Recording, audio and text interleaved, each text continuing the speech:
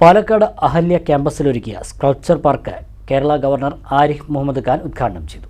ഭൂതകാലത്തെ അടയാളപ്പെടുത്തിയും ഇതിഹാസ പുരാണങ്ങളിലെ പഞ്ചകന്യകളും ചരിത്രത്തിൻ്റെ ഭാഗമായ വനിതകളുടേതുമടക്കം വിവിധ സൃഷ്ടിരൂപങ്ങളാൽ വിസ്മയിപ്പിക്കുകയാണ് ഈ ശില്പ പാർക്ക്.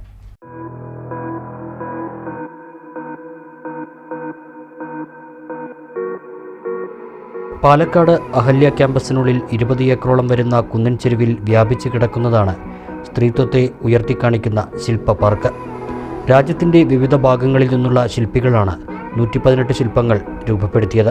സ്ത്രീ നവോത്ഥാന മുന്നേറ്റം അടയാളപ്പെടുത്തി ചരിത്ര വനിതകളുടെ ശില്പങ്ങൾ പാർക്കിലുണ്ട്. പുരാണങ്ങളിലെ പഞ്ചകന്യകകൾ, മഹാഭാരതത്തിലെ സ്ത്രീ കഥാപാത്രങ്ങൾ, തമിഴ് ശാസ്ത്ര ചിലപ്പതികാരം ഉൾപ്പെടെ ശില്പ പാർക്കിൽ രൂപങ്ങളായി കൊത്തിവെച്ചിട്ടുണ്ട്. കഴിഞ്ഞ ദിവസം കേരള ഗവർണർ ആരിഫ് മുഹമ്മദ് ഖാൻ പാലക്കാട് അഹല്യ ക്യാമ്പസിലെ സ്കൾപ്ചർ പാർക്ക് ഉദ്ഘാടനം ചെയ്തു. Ahalya foundation chairman doctor VS ഗോപാലിൻ്റെ ആശയത്തിൽ നിന്നാണ് അഹല്യ ശില്പ പാർക്ക് രൂപപ്പെട്ടത്.